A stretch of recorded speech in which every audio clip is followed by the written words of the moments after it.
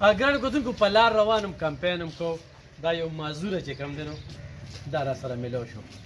او نورې خبرې زه نه کوم ځکه چې خوا کې مې دوکانداران هم ولاړ دي هغوی ته مې هم کمپاین وکړو دی به ورته ووایي چې علب خان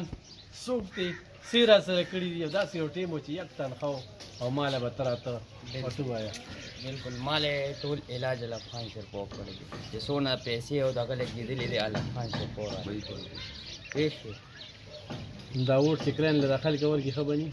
یاره کرین باندې او ته به کمپاین کې انشاءالله په دې ګوډه خپه به ګرځي خلکو ته به وایې چې علب خان شرپو ولاړ دی او کرین یې نښه ده ښه کرین نه او هغه ټیم و چې زما څوک هم په کار نه راغلی صرف علب خان شرپو په کار راغلی. ګرانو کتونکو پرون یو کور ته لاړم یو زنانه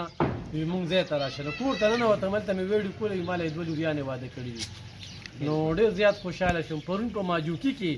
یو سړي دوه کسو خپلو کې جګړه اچولې زه ورځم خلاصې پکې کوم هغه مشر ته وایم وایم مشره خیر دې ګزاره کوه